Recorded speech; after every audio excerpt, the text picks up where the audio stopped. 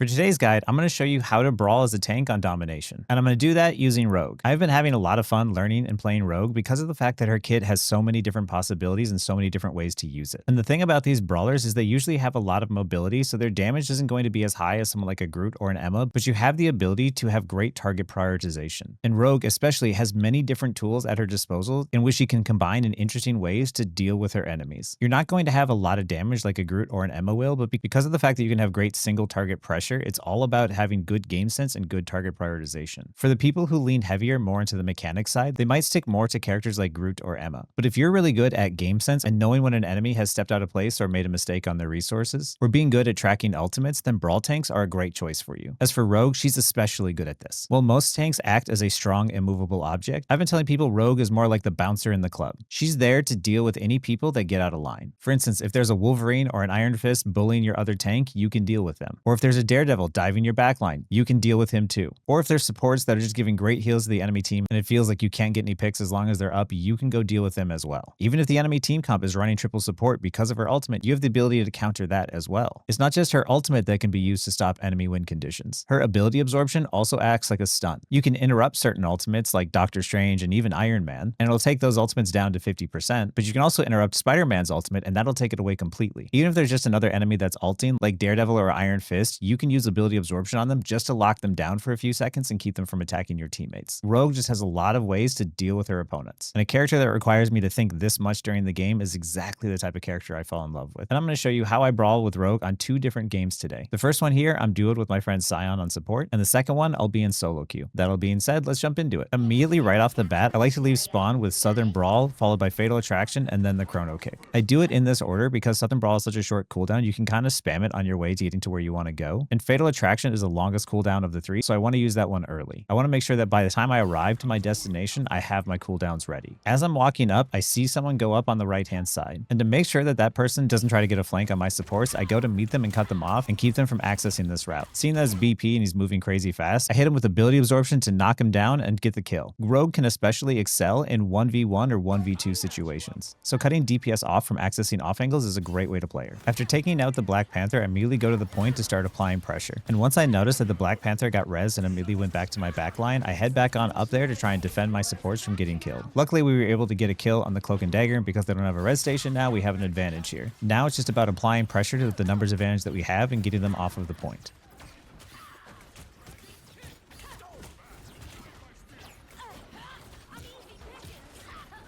And even though they took out both of our supports, because they killed our Cloak and Dagger first, that means that she was able to use our res station. And now we just gotta hold until our team comes back.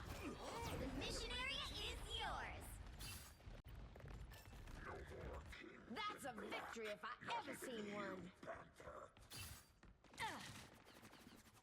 Well, that's better.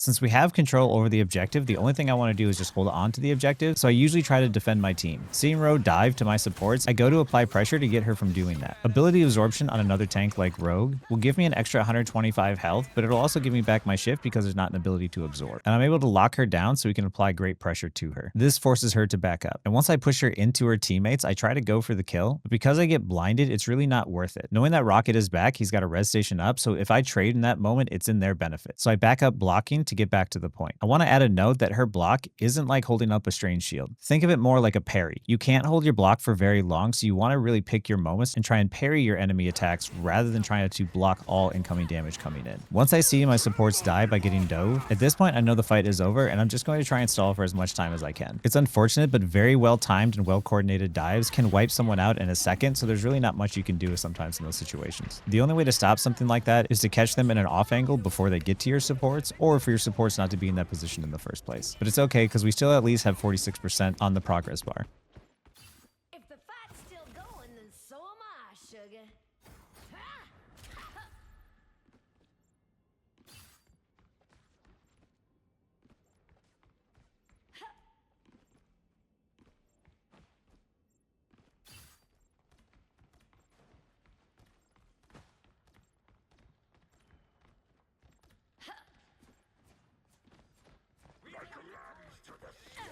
Learning my lesson from last time and knowing they have a Black Panther and an Iron Fist, I hang back near my supports to be able to keep them safe. Once the enemy rocket amps, I go to try and break it, but unfortunately, because of the map changes, I go down too far and I can't hit within melee range. Luckily, we have the ability to survive with our Cloak and Dagger ult. Rogue ends up ulting my team, but she's not really an immediate threat at this moment. There's not really many ultimates that she can take away from us in this moment, so I don't use my ability absorption yet to knock her down. However, once I hear the Iron Fist ult, that's somebody who I know I want to waste their time. So I go to use ability absorption on him, not for his ability, but to keep him busy, locked down, and also to absorb a 20% damage boost.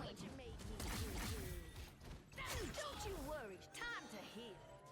We won the last team fight and we were able to secure the point, but now we have a new problem. The enemy has a support ult and we don't. Now the only way to approach this situation is to somehow win a fight before it happens. What I mean by that is if we take a full-on 6v6 fight where we're both regrouped, odds are the enemy team wins. So I need to try and find some way to secure a kill before that team fight happens, or because of the fact that I still have my ultimate, I need to find a way to shut down the Cloak and Dagger's ultimate. That way hopefully by the next fight after this one, we've had enough time to build up our ultimates and be able to counter ult. So I'm going to be looking for a way to build my ult to 100% and then jump immediately on the Cloak and Dagger to secure that pick. I use my Fatal Attraction to get in and start doing damage on the tanks to build up my ult, and then I use my Chrono Kick to bring me up into the air and look for the Cloak and Dagger. Typically when entering into a fight, you'll almost always want to start with your Fatal Attraction first and then use your Chrono Kick. And once I jump on top of the Cloak and Dagger, I immediately cast my ult, I tell everybody her ult is down, I tell my team to follow up on that, and Black Panther ends up helping secure the kill on her. And once we're able to kill her, I immediately go to the res station and stop her from coming back. Now the enemy team's win condition is completely shut down, and now it's just clean up from here. Seeing the Emma Frost, I like to steal her diamond ability, and if you hit it with her early, and a lot of times they don't like to use their diamond form right away, so you can steal that diamond form pretty easily, and the moment that she pops it, I'll pop it right afterwards so she can't grab me. And once I get her low, she starts backing away. I don't kill her right away. The reason I'm doing this is I'm actually trying to stagger her for longer. It might only be a few seconds, but sometimes a few seconds is all you need to win a game. If you're ever in a situation like this where you can brawl someone, get them to 1, and you know that they can't get away, leave them alive for a little bit, and then kill them at the very last second. After that last team fight, as you can see, our Cloak and Dagger is getting really close to being able to match the enemy Cloak and Dagger's ultimate. If the only way that you played Rogue was just by jumping into the enemy and just punching randomly, she's going to feel like a very weak hero. This is the reason why it's very difficult for a lot of people to get value out of her, because of the fact that they're not comparing all the different things that she might need to do in a fight, because they're not really thinking about all the different options and things that might need to happen in order for a fight to be won. You can't win games by simply overpowering your enemy with lots of damage. Think about who you want to use your abilities on and why. Knowing that they're going to portal onto the point, I see Rocket is isolated away from his team. Knowing that Rocket has res station, he's my first priority pick to get. And because of the fact that they nerfed his mobility so bad, he's a very easy kill to get. As I start to walk up to the enemy, unfortunately, I get locked down, and then as I try to get out, it gets even worse as my ability absorption, which I was trying to use to go up and over, ends up catching onto someone. I'm still able to get out, luckily, but our Cloak and Dagger is forced to use her ultimate, and the enemy Cloak and Dagger matches, and at this point, I'm just trying to build up my ult charge, and then the enemy Strange gets a really big ultimate on my team. And since it's an ultimate I'm able to interrupt, it's one of those things that I should really be tracking better. Because 1, I should be able to interrupt it, and 2, I shouldn't be standing near him if he has it. And unfortunately, I used my ability absorption at a bad time when I didn't mean to. Now that they're ult dumping in on us, our team gets wiped. But luckily, I get res down below.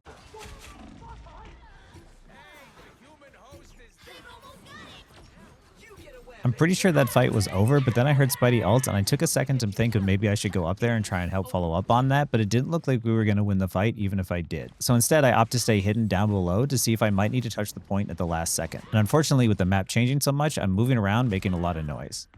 I'm pretty sure in order to hit overtime, you need to touch the point when it's at 97%. So I was trying to use my Southern Brawl to get onto the point at that exact moment. Unfortunately, the portal popped up at the exact same time, and luckily my team was able to touch the point anyway. Looping around to the other side, I try to get through, but of course Strange is body blocking. And I try to use my kicks to try and get him out of the way, and when that doesn't work, I use my ability absorption to knock him down. And this lets me through the portal. And now knowing that they don't have portal and we have ult advantage, we're going to easily win this fight.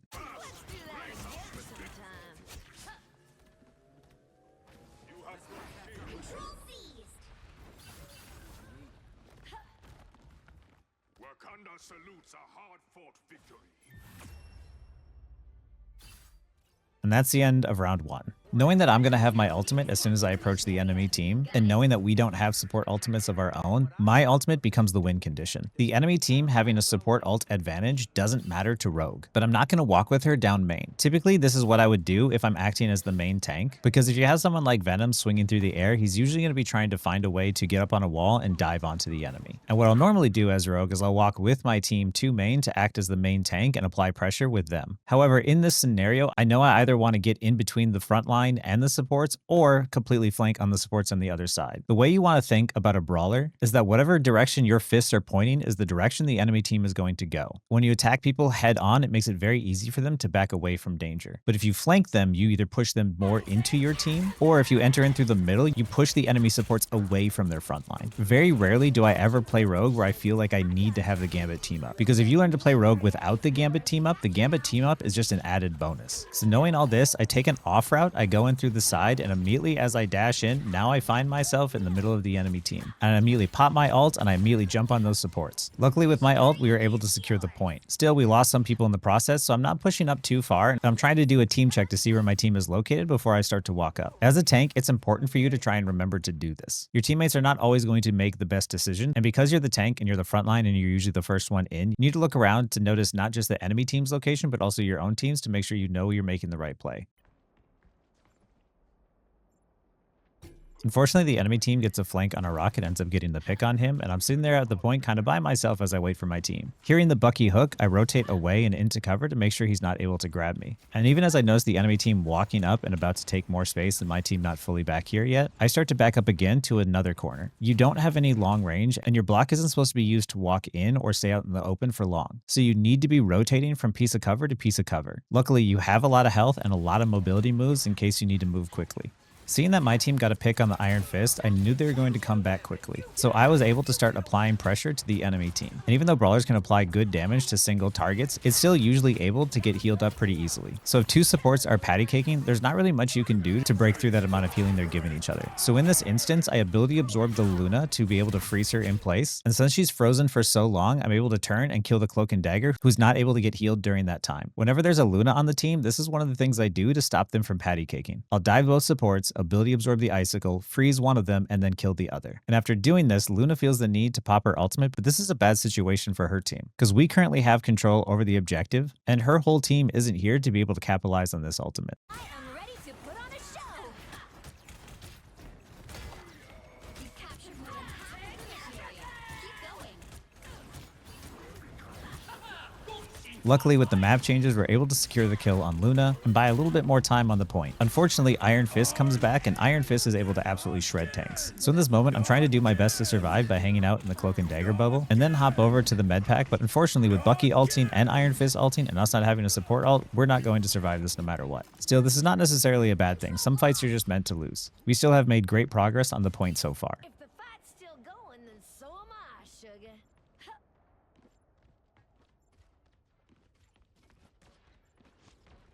I'll patch you up. That perked me up.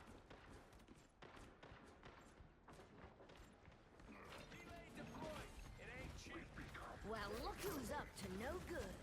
As I walk up with my team, I know the enemy Cloak and Dagger has her ultimate, so I try to get in deep enough to be able to cast it. Unfortunately, she's just outside my range. I should have tried to find a different route to get there. I should have taken my time to try and take an alternate route to be able to get there and get closer to her. Mobility or not, it's still hard to be able to approach the enemy as a melee character. You want to try and approach them from off angles. Because of the fact that I messed up my ultimate, we end up losing the fight. And unfortunately, we lose our Cloak and Dagger ultimate as well. It's an unfortunate exchange that could have been a lot better had I just approached from a different angle.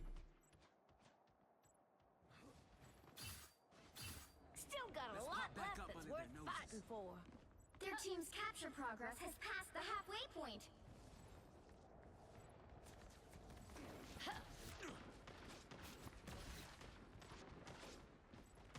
That perked me up.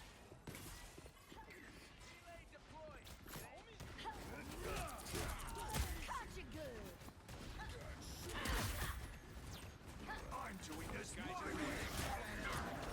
Knowing we're going to approach this fight with Venom's ultimate, I move up to start taking space and waiting for him to do it. A lot of ultimates in this game get people really low on health and just require the smallest bit of follow-up at that exact moment to be able to help secure kills. Luckily, Venom gets quite a few in his ultimate, and I'm able to help secure the kill on the Bucky. Unfortunately, even with the Venom ultimate and the Punisher ultimate, we're not able to secure enough kills to be able to secure the point. Now, unfortunately, we end up losing some of my teammates in the process, and Luna pops ult to keep her team safe, and Rogue casts her ult, but I don't think she really needed it. I get up to a high ground spot that's in the blind spot of the enemy team coming up, and I'm sitting up there kind of deciding what I should do. I know there's no point in me jumping down into the Luna ult and the Rogue ult. There's not a whole lot of value I can bring by putting myself in that kind of danger. So it's during moments like these, I take a second to try and figure out what do I want to do next. Perhaps I might need to touch at the last second, or perhaps I might be able to get another pick after all of this stuff has ended. Once the ults run out, my cover's been blown and Rogue goes up there to try and get me off of that high ground. In the process of going down to the ground and doing some damage in the group, I saw that Luna was low and I was able to secure the pick on her. And as I hop back down, I'm able to see that my cloak and dagger is back on point with me, and now I can help fight with her. You'll have to keep fighting until we have a winner. They're on your tail. It's armed and dangerous. We start to get overpowered a little bit, but I was able to wait long enough and dance between cover for my teammates to come back and help. Bucky ends up using his ult, but we're able to shut him down and secure the kill. And someone on my team was able to switch to Strange and come back with a portal to back us up. Rocket ults on point, which now gives us the ability to secure this objective. As I push forward, you see Cloak and Dagger walking backwards. This is what I mean by people will walk the direction of your fists. And as I push up and push her away from helping her team, I can then see the Luna, and I go to freeze the Luna, and I turn around to see where the Cloak and Dagger is. But when I see that she's not behind me, I turn back to Luna to secure the kill on her, and immediately follow up and secure the kill on the Dagger. Our Spidey was luckily able to interrupt the portal, and I go back and I see a side room that I want to go hide in. I predict that the enemy team is going to feel rushed and want to run straight to the point, and one of the most predictable patterns of Rivals players is how often they walk straight down main straight to the objective. So I wait for the tanks and DPS to pass by me, and then I want to engage in through the middle. The front line is going to feel obligated to try and be on the objective to be able to contest it, and the backline supports are going to feel obligated to back up back towards their spawn. And at this point, I didn't know exactly which one of the enemy supports was closest to their ultimate, but I knew that my ultimate was the possible win condition. And the moment I see the Cap walk by and I hear the Luna coming up, I engage in on the enemy. As I push the supports backwards, I go for the Cloak and Dagger once I saw her ult was somewhere around the 90% range. It was hard to see with everything going on, and I attacked right at her thinking that she might not have her cloak fade. Realizing that she did and she went up and over me, I turned back towards the two supports. Cloak is now out of my reach, but I remembered that she was the one closest to her ultimate. Seeing the Luna nearby, I grab onto the Luna and use her icicle to freeze the Cloak and Dagger in place so she can't build her ult and my team can secure the kill on her. Now, because of the fact that I was able to use my ultimate to absorb the Cloak and Dagger's ultimate a little bit and not allow her to build up the rest of the percentage, and because of my decision making by being able to ability absorb the icicle and stop her in place, we're able to secure the point, and we have a Cloak and Dagger ultimate on point and the enemy team does not. And at this point, it's just clean up from here. And that's game. Marvel Rivals is all about using your support ultimates at the right time, trying not to overlap them or use too many of them at once. You're always trying to make sure that you have a good rhythm to how you're using your support ultimates, and by using one while being able to have the ability to charge the other is how you want to keep that flow going normally. If you have the ability to ultimate track well, Rogue's ultimate throws off that entire rhythm. There were fights in this game where the enemy team had the advantage with their support ultimates, but because of the fact that I was able to throw off that rhythm, we were able to come back and give our team the chance. Now, there was another game I played Rogue well on, and I realized I haven't done a whole lot of guides using domination maps in a while, so I wanted to use 2 games for this video. So that being said, we'll jump into the next one. This game here, I'll behave a little bit differently. In the last game, my other tank was a Venom. Here you can see I'm starting off with the Doctor Strange, and that means I have a little bit more freedom to move around the map. I don't have to worry so much about anchoring down on the objective.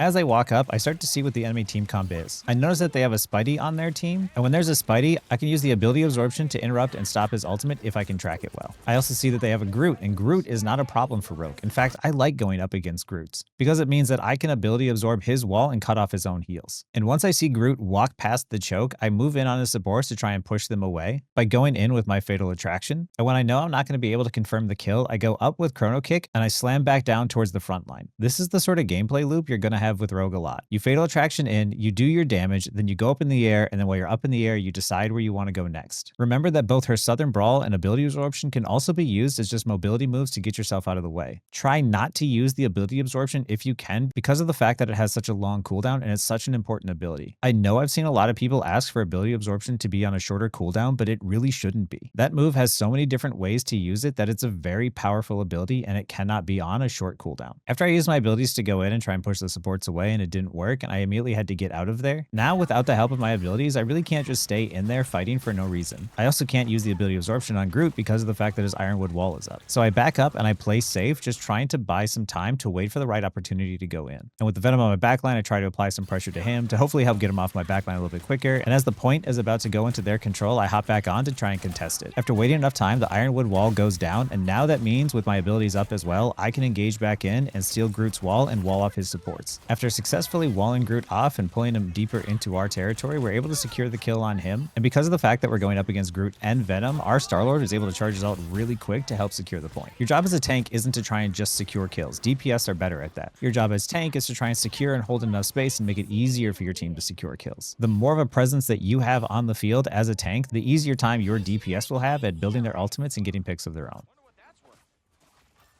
Our Star-Lord got a lot of picks, but unfortunately died right as he was trying to get out. And because of the fact that our only other DPS is Spidey, that means that we're not going to be able to apply a whole lot of pressure to them. And knowing that Groot could easily wall off any choke point, blocking us tanks from getting heals, we start to back up and give up a little bit of space. I go in to try and grab Groot's wall to try and wall off his heals again, and it doesn't really work the same this time. And once I hear Jeff ult, I immediately turn to see if I can't dive on top of him and apply some pressure and maybe get the kill while he's underground. Hitting Jeff while he's underground is really difficult if you're shooting a hit scan, but it's a lot easier if you're a melee hero. Unfortunately, Jeff is still too slippery, and once I realize I'm not going to be able to kill him, I just back off of him and I try to go someplace else where I'll be more useful. As I'm on my way back to help my team, Spidey ends up getting a long pull and trying to take me off of the map. Luckily, I still have my chrono kick to be able to save me here in this instance, and this is exactly why you shouldn't just spam your abilities without thinking. You never know when you might need them in instances like this. As I get back onto the point, I wasn't sure we were going to be able to hold on to it, so I ulted to try and help do a little bit of damage to the targets that were there, absorb some of their stats, and secure some kills. And Spidey ended up ulting at the exact same time, which probably would have been the better play to just use his. Unfortunately, I didn't notice it at the time, but at least we still maintain control over the objective. You've captured more than half of the mission area. Keep going. As the enemy team is walking forward, I'm actually giving them that space. The reason why I'm doing this is because of the fact that that stairway right there is a perfect choke for him to be able to wall us off from our heals. With our rocket sitting on point, we don't want to get walled off. The best way to deal with Groot walls as a tank is to not put yourself in a position where you can get walled off really easily. I'd rather fight Groot much more into the open. And as Groot walks forward and uses his ult, I use my ability absorption on him, which interrupts his damage. Immediately after taking his wall, I put it on their side on their stairway back up to their spawn, making it so that way the only direction the enemy can go is deeper into my team. Whenever there's an Iron Fist on the enemy team, they're really good at being able to take down rocket amplifiers. So whenever an amplifier is up and I know there's an Iron Fist, I try to apply pressure to him to get him to not try and destroy the amplifier. I use my chrono kick to try and slam down the Spidey, and unfortunately I missed. Luckily, we're still able to make sure that we have control over the objective. The area's almost yours. No way we are letting them.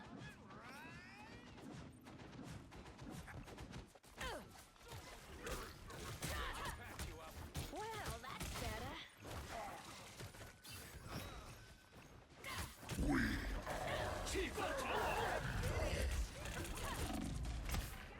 You'll have to keep fighting until we have a winner. I unleash the Vishanti's power. Everybody needs a hit sometimes. Or a dash. Without Spider-Man, New York is lost. If the fight's still going, then so am I, sugar. We lose the point, but luckily we made a lot of progress on it. And since I died pretty early, I'm just waiting for my teammates to respawn and figuring out where I want to go and what I want to do from here. As I'm waiting for my team to respawn and walk back up, and after I get done dueling with the Spidey, I notice that Groot is standing in front of me, and because he doesn't have the yellow outline around him, I know that I can use my ability absorption on him, allowing me to once again steal his ironwood wall. I am Groot. After walling off the Groot and applying a lot of pressure and getting very close to killing him but never being able to succeed, our Spidey luckily gets a great ult that ends up picking off 2 of the enemy. From here on, we can just keep applying pressure to the enemy team and we're going to secure the point again. My shields are down. Beware, behind you. Well, wasn't that precious? Well, fancy seeing you here. Control. I got a little too bit greedy thinking that we had a huge advantage and pushing up too far because Groot was so low so many times. I thought we could get the pick on him and I ended up getting too greedy and ended up dying. Luckily, I still get the res station so I can come back quickly. Still, my death there shouldn't have happened because I just got too greedy going for a kill. What's next? Do we even have a plan? After respawning and coming back up and seeing the Iron Fist on my rocket, I immediately used my ability absorption on him to be able to get the damage boost and also stop him from attacking my support. Luckily, that fight was easy cleanup, which leads to us having a pretty good first round. Going into this second round, I thought it was going to be as easy as the first one. Unfortunately, it really wasn't. This is one of those games where unfortunately everything that could have gone wrong did go wrong. I don't think there's going to be a lot for me to go over in here because of the bad luck, but I'll still include it in this video anyway to show you that these things just happen sometimes. I'm looking around because I thought the enemy team still had a Spidey or a flanker that might have been approaching my backline, so I wasted too much of my time looking around. Power beyond sight.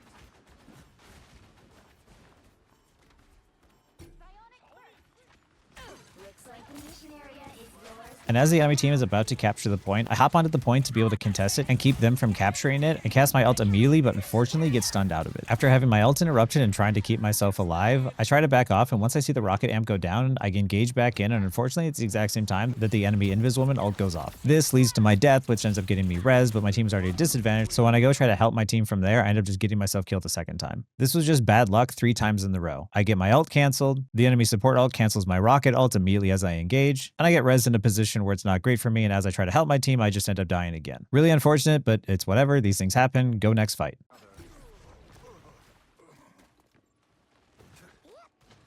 Psionic surge. I'm made from stronger stuff than that. A little help, please.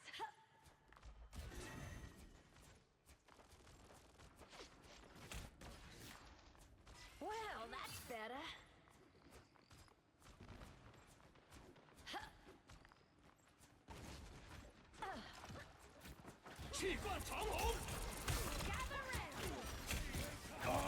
As the fight starts and I start brawling and we start attacking, it seems like things are going as normal, and then I hear the enemy Jeff ultimate, and because of the fact that he did that little trick where he's using it above my head, I didn't see I was about to get swallowed. And during that time that he took away me and my ally and even his own ally away from the point, the rest of my team ended up dying in the fight, so us coming back was totally pointless. That Jeff might not have killed us by taking us off of the map, but just by taking us out of the fight entirely, he made it so his team could have an easy win. It was a good play on his part. I'm still not entirely sure what I need to do differently when Jeff ults above my head like that, but oh well, next fight.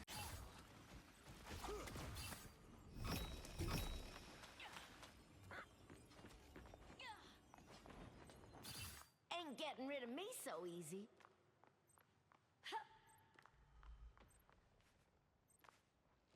They've almost got it!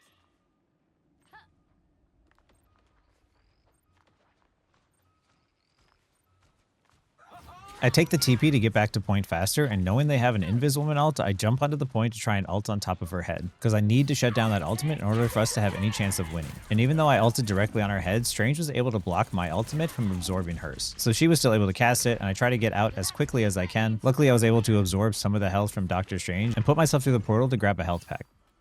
As I get back with having a little bit more health, I can re-engage back in onto the point, and I see the Hela is out of position, and a pretty easy kill for me to get. She falls down below where I chase her, but I only chase her because of the fact that I know that I can see 2 of my teammates already standing on point. It's not a big deal if I leave and I chase to get that kill.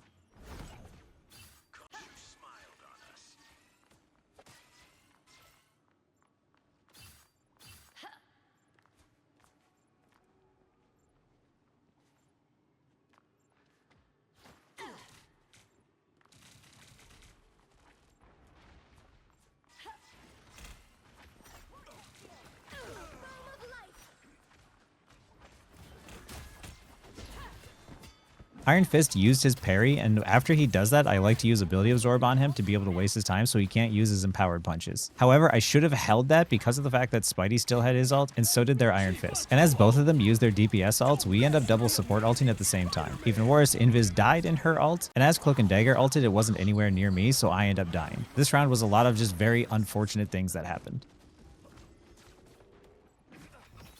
If the fight's still going, then so lost. You'll have to keep fighting until we have a winner. And that's the end of the second round. Just a whole lot of unfortunate bad luck things that happened. It's okay though, because we still have 1 round to secure it out, and hopefully we'll have better luck this time. I'm Mark Spector. I'm Stephen Grant. I'm Jake Lockley. And we are Moon Knight. Those guys are about to shoot at us. As I engage in, I see the Iron Fist starting to bully my Doctor Strange, and before he's about to kill my Doctor Strange, I use my ability absorption on the Iron Fist to be able to lock him down. This keeps my Doctor Strange alive, but unfortunately this means I didn't have my ability absorption to try and cancel out the enemy Strange's ult. Looks like the mission area is yours to capture now.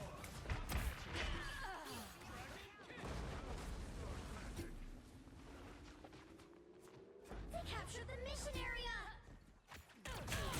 While I wait for my team to respawn, I'll spend a lot of time brawling with the front line because of the fact it gives me a chance to charge up my ultimate. I typically don't want to spend a whole lot of time bullying tanks unless there's a good reason, because for the most part, they'll just get healed right back up again. And as the enemy Iron Fist is bullying my team yet once again, I use my ability absorption on him to keep locking him down and get him to leave, but the only thing that seems to do is to get him to leave. And with this Iron Fist specifically, I'm having a much harder time securing a pick on him. So at this point, I'm thinking that using my ability absorption in this way might not be the best use of it.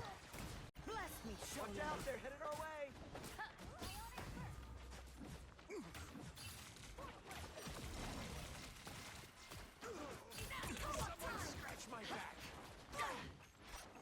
As I engage in, both enemy supports ult at the same time. There's not a whole lot I can do here in this moment, and there's no ultimate really for me to absorb. And as we go to counter ult with Rocket, unfortunately Iron Fist is already in his ult, which means he's just going to shred right through the thing.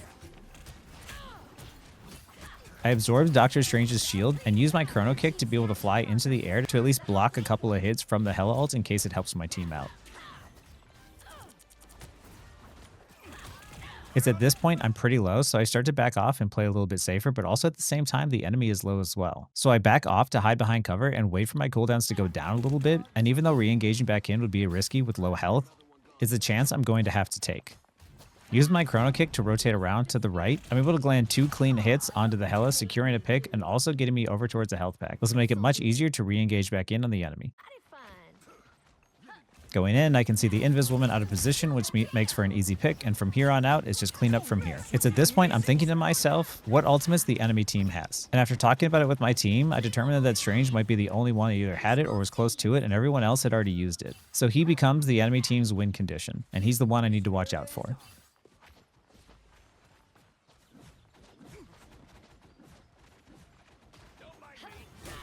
Strange is gone? How? As the Strange pushes up to try and take space, I start to try and bully him. Once I get his health pretty low and the Iron Fist engages back in on me, I cast my ultimate to be able to absorb both the health from Doctor Strange and the damage from Iron Fist. This way I can help secure the kill on Doctor Strange for sure. Also remember that whatever stats you have with ability absorption also stack with your ultimate. So if you really want to make sure that you can kill things ultra quick with your ultimate, if you can get an ability absorb on a DPS and take that attack boost, that stacks with your ultimate. Luckily here in this instance, I didn't need it. But in that moment, I saw that Doctor Strange had his ultimate. And because of the fact that the enemy team is running a solo tank, with Strange dead, they can't walk up at all. And my ability absorption now I'm holding specifically for Doctor Strange, because I don't need my ultimate to be able to cancel out his.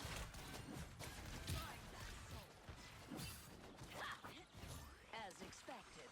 I unleash the Bishop. As the enemy team is starting to walk up and trying to take space, I'm immediately keeping my eyes on Doctor Strange. I go and attack and pressure him and always try to keep myself within his reach. But also at the same time, if the Iron Fist is bullying my backline, I go to help them as well. Once I hear Iron Fist ult, I hear Cloak and Dagger ult, which means my team will be safe in the Cloak and Dagger ultimate. I don't need to be too concerned about them. So my eyes then go right back towards Strange, who I predict might use his ult on the very last dash of Cloak and Dagger to try and kill her through her ultimate. And luckily, my prediction was correct. Spider-Man, New York. Jeff swallows me up to be able to try and spit me off of the map, and while he could have taken me with him, it also would have meant that his team was down to support.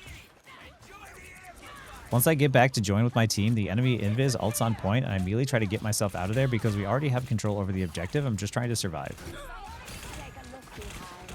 A gal can never be too healthy. Once the enemy Invis ult is down, I immediately go right back onto the point and right back to bullying the Strange. While using your ability absorb on Spidey's ultimate cancels it out completely, heroes like Doctor Strange only brings it down to 50%, so I know that even though I interrupted it last time, I still can't stop paying attention to him now. My goal is to just keep bullying him so he never gets a chance to use his ult. I'm waiting at this point for the enemy team to portal on because I know it's their last strategy. I'm also keeping my ability absorption ready because of the fact that Strange might try to ult going through his portal. And I play patiently while trying to deal with the enemies that are on the point while waiting for him to drop his portal down. As Strange pops out of the portal, he goes to ult yet again because of the fact that this is his last chance to really use it. Still having my ability absorption ready, I cancel it out yet again, and I can bully him again, helping lead to his death. After stealing his Strange, I immediately go to block the Invis woman's heals from helping anyone on the point. This now forces her in a position to walk around to the other side of the portal and hop directly onto the point, where now I can deal with her directly. Knowing that no one else was going to be able to walk through the portal, it made it easy to just cast my ultimate because it's the last fight of the game anyway. This leads to end up securing picks on both the Invis woman and Bucky, which leads to our victory. Rogue is such an incredibly fun hero to play because of the fact that if you are tracking enemy ultimates and enemy abilities, you have a lot of different things that you can do to shut the enemy down. There's never been a hero I've played in this game that has required so much game sense out of me, and with how many options her kit provides, it really does train my game sense to just get even better. The more you can predict your enemy's strategy, the better chance you have of winning. All of the abilities in her kit as well can be woven together in different ways for different reasons. And the ability absorption has a long cooldown, but it's because of the fact that there's so many different ways to use it. Sometimes you want to use it to steal a specific ability. Sometimes you want to use it to steal a specific stat. Sometimes you want to use it to reset your shift. I've used Luna's Icicle to be able to stop supports for patty caking. I've used Invis Woman's own push against her so we can secure the kill and cancel her ult out. I've taken Doctor Strange's shield just to block off heals. I've taken a damage boost from a DPS to make my ult stronger. And sometimes I just attack an enemy to reset my shift so I can go back in and keep applying pressure. Whether you want to use ability absorption to pick a specific ability from an enemy, boost your stats, or even cancel out an enemy's ult, it has many different options. And because of Rogue's mobility, she's able to be in a lot of different places very quickly, with enough damage that she needs to be respected. The thing about any hero that requires a lot of game sense, typically it's seen as weak by the community, and that's because of the fact that what they offer isn't seen on the scoreboard. Heroes that rely heavily on straight mechanics are usually high damage dealers. Characters like Hela, where it's impressive if somebody can hit a lot of headshots, but your game sense ability isn't one that people can see or understand, because while they see you holding on to your ability absorption, they don't understand why you're doing it. And they might see you use your ability absorption on a Doctor Strange and think you just got lucky, but it's not luck. It's a skill that you hone and refine as you play. Understanding and trying to improve your mechanics is important, but just as important is trying to make sure that you train and refine your game sense. And Brawl heroes, I believe, are great for doing that. Rogue is by far one of the most difficult tanks to play in this game. Even for someone with good game sense like mine, I feel like there's always more I can do. I could always be better. She's a super fun hero that I'm so happy I fell in love with. And with the changes to her block and her shift, her kit flows so much smoother now. She's definitely a super fun hero and worth picking up. Just make sure you're ready to invest the time and energy you'll need to improve your game sense well enough to make her work. Anyway, that's all I've got for this video. I hope you learned some things and found it interesting. And let me know in the comments if you found this helpful and learned something new. And as always, thank you again for watching.